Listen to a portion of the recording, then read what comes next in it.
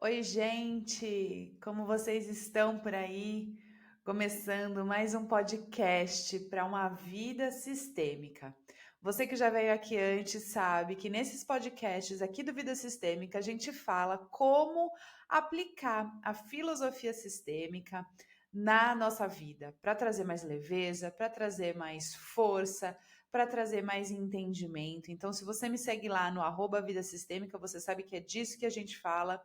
E nesse mês de agosto, que comemoramos o Dia dos Pais, estamos falando sobre o tema pai.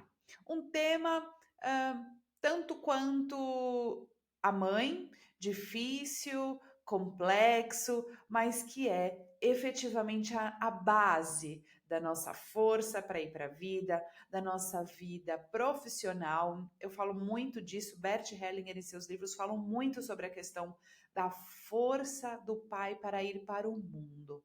E é disso que a gente vai falar hoje, porque eu tenho recebido lá no Vida Sistêmica, nas caixinhas, muitas pessoas que dizem: eu não tenho pai, meu pai é alcoólatra, meu pai nos abandonou, meu pai, eu não conheço meu pai. E tudo isso são dores que eu vejo de vocês, vejo todas.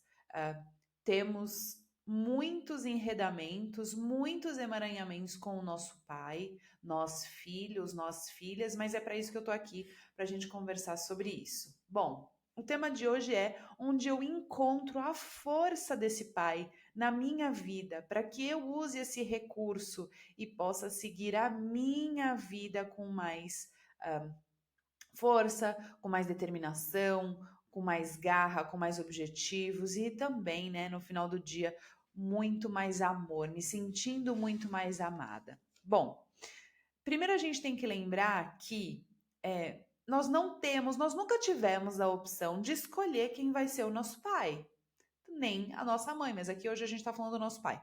Nós nunca vamos ter, nunca tivemos como filhos a escolha de quem será, quem seria o nosso pai. Temos a opção de escolha de quem será o pai dos nossos filhos. Provavelmente sim, se a gente falar sobre uma força superior, uma força maior também, que escolhe essa conjunção aí de gametas desse casal, mas enfim, aqui a gente está falando sobre a perspectiva da filha, tá bom? Nós não tivemos escolha, quem escolheu foi a nossa mãe. E aí fica um parênteses, porque muitas pessoas acabam comparando pai e mãe e refletem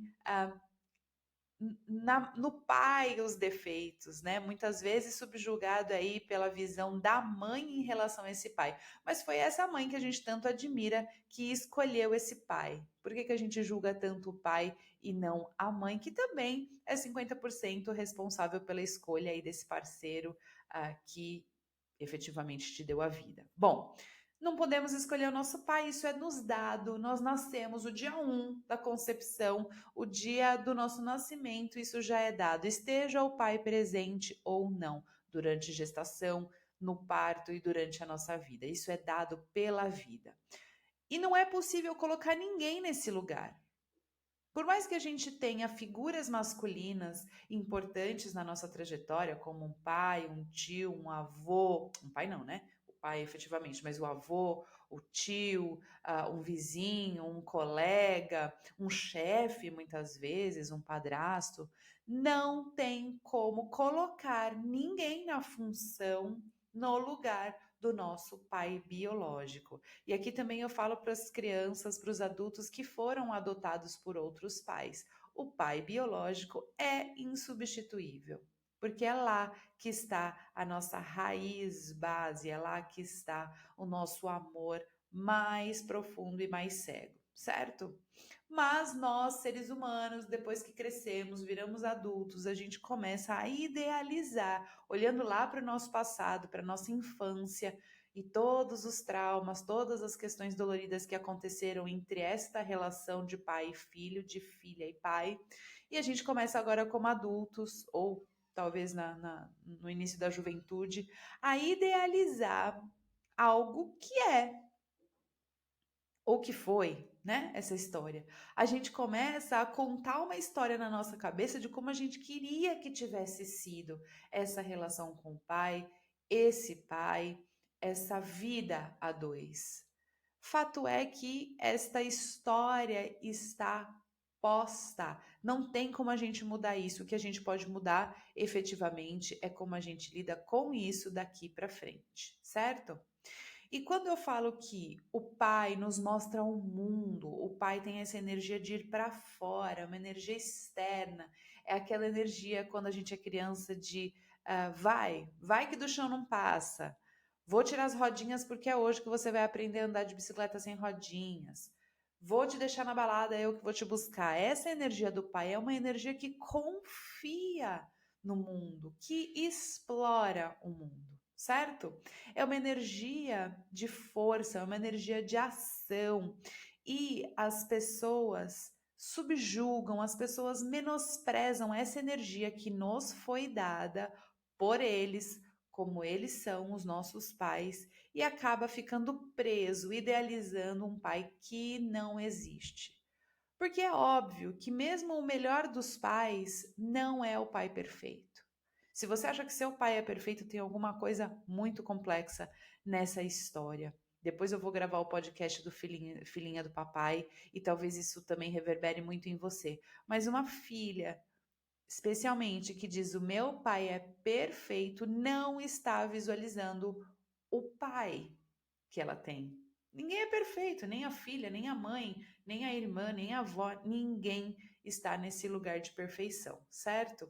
Mas nós vamos lá no chão, bater a perninha, bater a mãozinha e dizer: eu não tenho o pai que eu gostaria de ter. Isso faz com que a gente se distancie efetivamente de toda a força que essa relação pode trazer, né?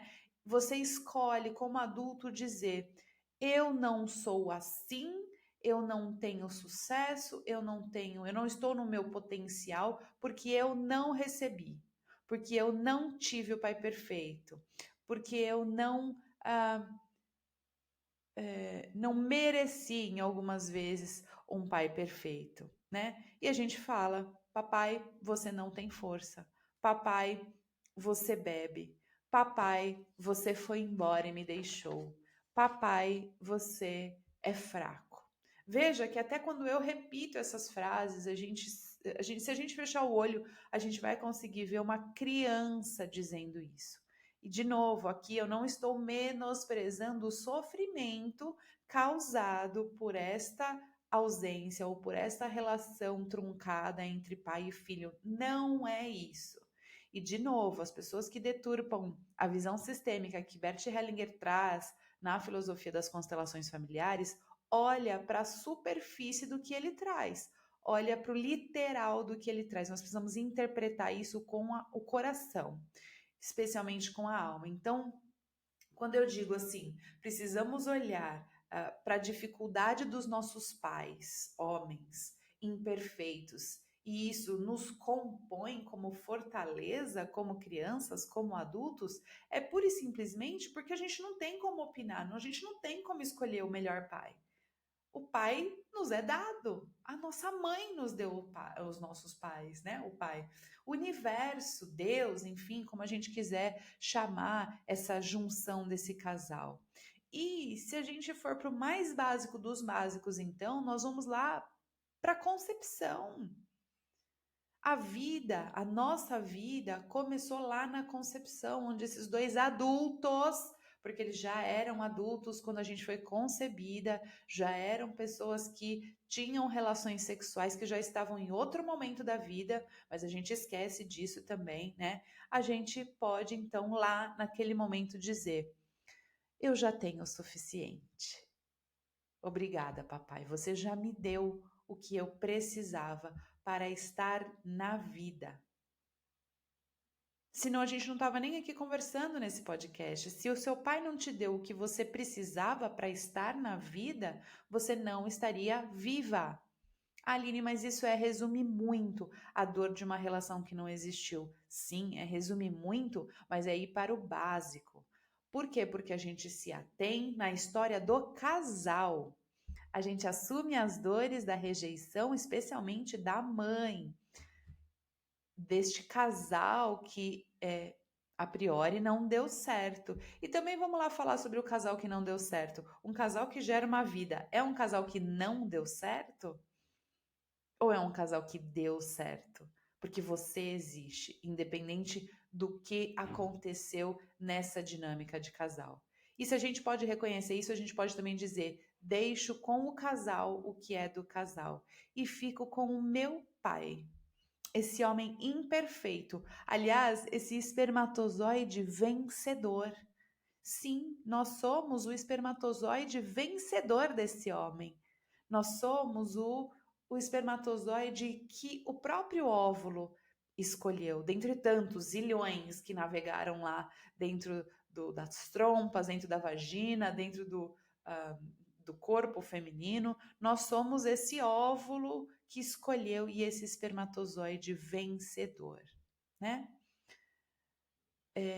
E outra coisa que a gente tem que lembrar, esses pais, nesse momento que viram pais, eles não deixam todos os BO sistêmicos deles para trás.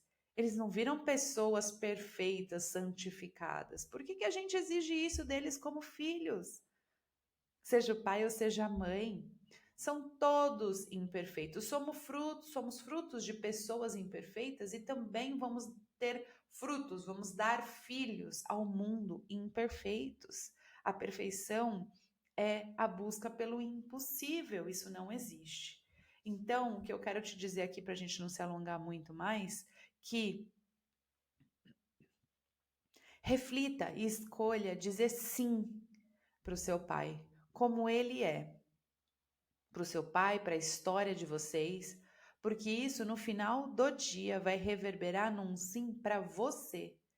Quando você exclui e nega o pai ou a mãe, aqui nós estamos falando do pai, é excluir, é negar, é rechaçar metade da sua existência.